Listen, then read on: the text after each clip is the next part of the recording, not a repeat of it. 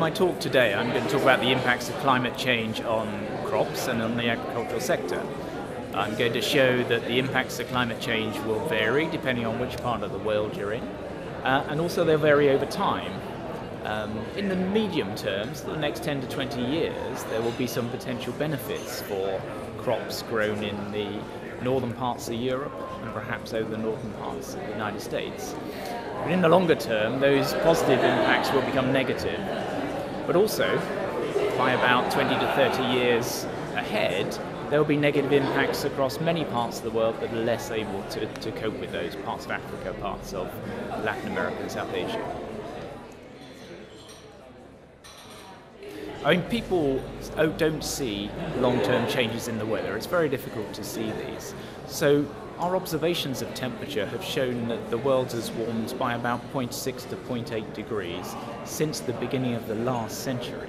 So this is long-term, but it's gradual, and most of that change has been attributed to greenhouse gases and human activities. What people see more often and notice more often are the extreme events, the flooding events, the heat waves.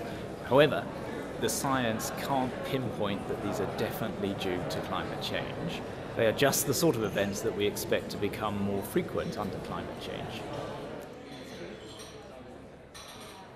Oh yes, I mean, to an extent we're committed to change the next 20 to 30 years from the greenhouse gases that have already been emitted into the atmosphere.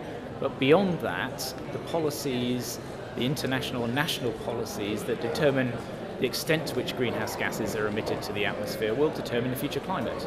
If in some way agreements can be found or actions can be taken to reduce the rate of those emissions, then the degree of climate change will lessen, but it still won't go away. You're optimistic.